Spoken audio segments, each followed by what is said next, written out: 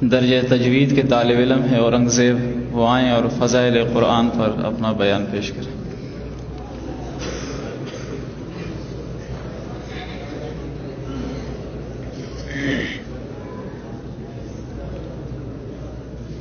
نحمده ونصلي على رسوله الكريم، أما بعد فأعوذ بالله من الشيطان الرجيم، بسم الله الرحمن الرحيم.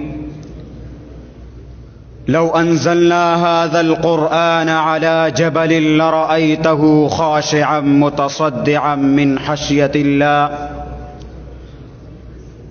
وقال النبي صلى الله عليه وسلم: خيركم من تعلم القرآن وعلمه، او كما قال عليه الصلاة والسلام. نہ گھبراہو مسلمانوں، خدا کی شان باقی ہے. نہ گھبراہو مسلمانوں، خدا کی شان باقی ہے. ابھی اسلام زندہ ہے، ابھی قرآن باقی ہے. میرے محترم اساتذہ کرام، علماء کرام، طلباء عظام، ساتھیوں، السلام علیکم ورحمۃ اللہ وبرکاتہ. آج میں آپ حضرات کے سامنے فضیلت قرآن کے موضوع پر لب کشائی کرنے کی جسارت کرنا چاہتا ہوں. سامعین محترم، قرآن مجید اللہ تعالیٰ کی وہ آخری کتاب ہے جس میں سابق تمام آسمانی کتابوں اور صحیفوں کی معتدل مناسب تعلیمات درج ہے. یہ کتاب کائنات کے لیے روح اور اس کی حقیقی حیات ہے. اللہ تعالیٰ نے اس کتاب کو سب سے اعلیٰ وارفع قرار دیا. فرمایا: ذالک الکتاب لا ریب فیہ، یہ کتاب میں کسی شک و شبے کی گنجائش نہیں. سامعین محترم، میں نے قرآن سے پوچھا، قرآن بتا تیرا نام کیا ہے؟ قرآن نے جواب دیا: قرآن مجید، میرا نام قرآن مجید ہے. میں نے قرآن سے پوچھا، قرآن بتا تیری زبان کیا ہے؟ قرآن نے جواب دیا: بلسان عربی مبین. میں نے قرآن سے پوچھا، قرآن بتا تیری حفاظت کی کیا گارنٹی ہے؟ قرآن نے جواب دیا: انا نحن نزلنا الذکر وانا له لحافظون. میری حفاظت کی گارنٹی خود خالق کائنات نے لی ہے. میں نے قرآن سے پوچھا، قرآن تو کہاں رہا؟ قرآن نے جواب دیا: فی لوح محفوظ. میرا مسکن لوح محفوظ تھا. میں نے قرآن سے پوچھا، قرآن تجھے کس نے بھیجا؟ قرآن نے جواب دیا: تنزیل من رب العالمین. میں نے قرآن سے پوچھا، قرآن تجھے کون لے کے آیا؟ قرآن نے جواب دیا: نزل به الروح الامین. میں نے قرآن سے پوچھا، قرآن تو کس پہ آیا؟ قرآن نے جواب دیا: نزل علی محمد. میں نے قرآن سے پوچھا، قرآن تو کس مہینے میں نازل ہوا؟ قرآن نے جواب دیا: شہر رمضان الذی انزل فیہ القرآن.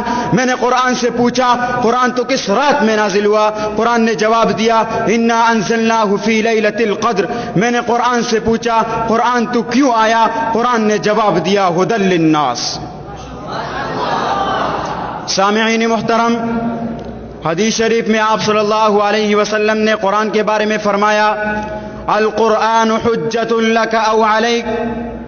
قرآن یا تیرے حق میں گواہ ہوگا یا تیرے خلاف گواہ ہوگا.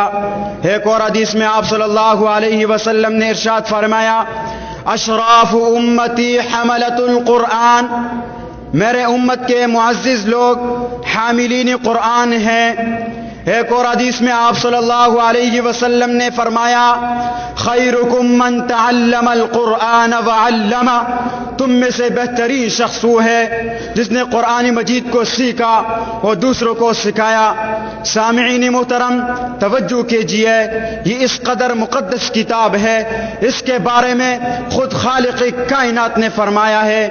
اس قرآن کو اگر ہم کسی پہاڑ پر اتار دیتے تو تم دیکھ لیتے وہ پہاڑ اللہ کے خوف سے دب کے پٹ جاتا. یہ قرآن تو سیدھا راستہ بتاتا ہے، وہ سیدھا راستہ بتاتا ہے، ایمان والوں کے لیے خوشخبری سنا دیتا ہے. آخر میں قرآن والوں کو اتنا ہی کہنا چاہتا ہوں: اے قرآن تو رہا تیرے چاہنے والے نہ رہے. اے قرآن تو رہا تیرے چاہنے والے نہ رہے. جن کا تو چاند تھا وہ ستارے نہ رہے.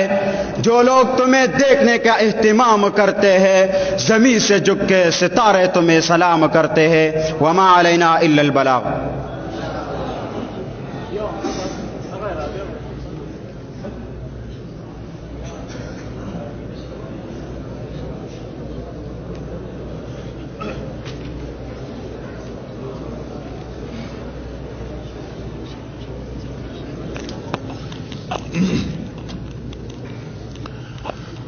نحمده ونصلي على رسوله الكريم اما بعد.